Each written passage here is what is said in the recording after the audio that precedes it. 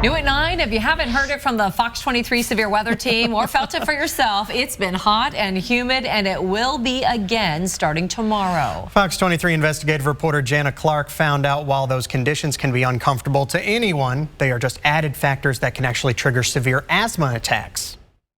I was a bit scared. Yeah. I didn't know what was wrong, like why I wasn't breathing right. What started out as a cough became something much more serious for Anthony Sadler. He was at a movie theater with his dad when he started wheezing and suddenly was struggling to breathe. Didn't I throw up before? You did throw up. I threw up. Yeah. And then even when I was in the hospital, I was still having trouble breathing and stuff. Anthony was only 5 years old at the time. He spent 3 days seeing specialists and getting treatments at the hospital.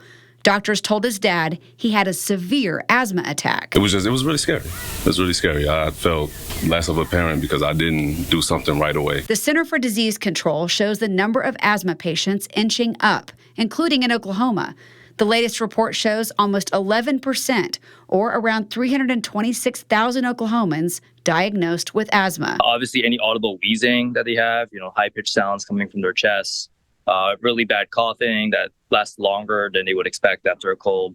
These would be signs of possible asthma. Dr. Wayman Lamb is an allergist and immunologist with St. Francis Hospital.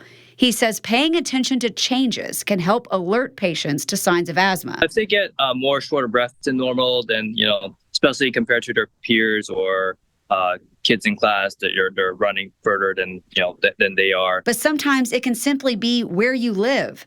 The CDC shows low-income Oklahomans reported much higher prevalence of asthma than those with higher income levels. In the inner city, there's definitely higher rates of asthma, and this is due to some hygiene issues. So cockroach allergy is a major trigger for asthma, mouse urine, and certainly mold and dust mite can be major concerns as well in there. The weather can be a factor too. Ozone is a major trigger for asthma, and then pollen and mold. Respiratory therapist Margaret Wildman at St. Francis in Memphis agrees. Lots of extreme temperatures too are bad for asthma.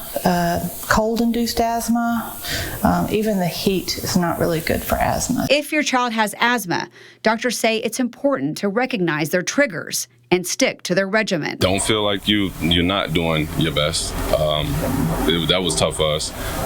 Look for the signs, like always been sick, draining nose. It comes with a lot of other things like eczema and asthma. They usually run hand in hand. Dr. Lamb says there are therapies that can help reduce the need for an inhaler, but ultimately, don't ignore the asthma. It can be life-threatening if it remains untreated. Covering news that matters, Jana Clark, Fox 23 News.